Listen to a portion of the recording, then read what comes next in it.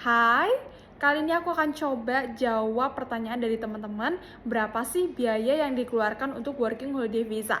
Nah, sekali lagi biaya ini adalah biaya untuk melengkapi persyaratannya. Ini dia persyaratan yang harus dipenuhi dalam working holiday visa. Nah, dana tersebut adalah dana untuk mempersiapkan persyaratan tersebut. Bukan dana untuk bayar agensi atau yang lainnya ya, karena setahu aku nggak ada agensi untuk per WHV-an. Yang pertama guys, kita harus punya paspor. Paspor itu harganya bermacam-macam ya. Ini aku ambil jalan tengahnya aja yang 650 itu yang elektrik. Kalau kalian mau yang lebih murah ada yang paspor biasa itu 350. Kemudian yang kedua, kalian harus bayar untuk IELTS test atau tes bahasa Inggris kurang lebih 3 juta ya, tergantung ya, ada yang 3 juta, 3 juta 100, jadi aku bulatin 3 juta. Kemudian ada pembuatan bank reference. Jadi kita harus punya bank reference. Bank reference itu kita buat di bank dan itu bayar tergantung banknya. Di sini aku contohin CIM Niaga itu 60.000. Kemudian kita harus buat SKCK buat visanya dan kita harus print segala macam itu kurang lebih 60.000. SKCK itu 30 plus print kertas-kertas tetek bengeknya itu 60.000 ya kurang lebihnya. Kemudian kita bayar juga 10.000 untuk materai.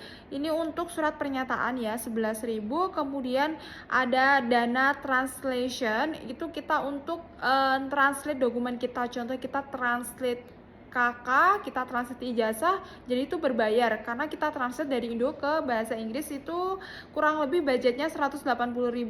Kemudian ada fingerprint rumput sidik jari, ini ketika kita bikin SKCK pada pertama kalinya itu bayar 10.000.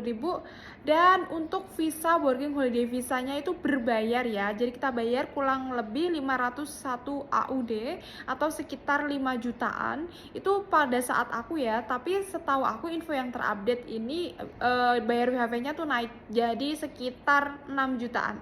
Kemudian ada medical check up di rumah sakit itu sekitar 1.020.000, tapi tergantung rumah sakitnya, ada juga yang lebih murah dan lebih mahal.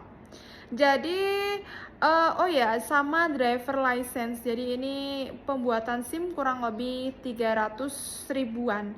Jadi ini SIM internasional. Jadi kalau kita mau nyetir di sini masih bisa. Kita bikin SIM di Indo Inter, kita bisa nyetir di sini. Dan total dari semuanya itu kurang lebih 10.571. Itu belum termasuk dana 5.000 AUD atau 50 juta untuk bikin bank statement.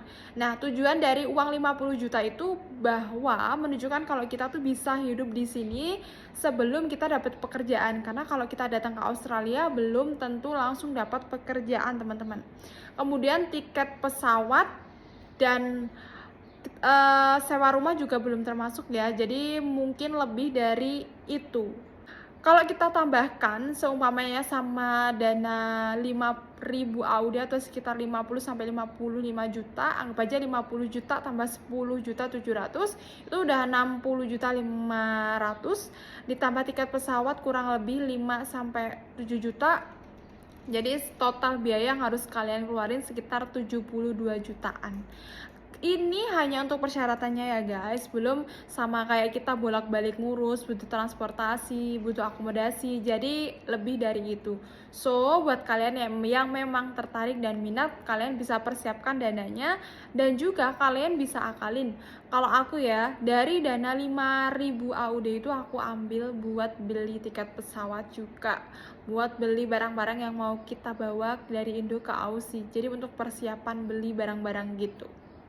Menurut kalian worth it gak?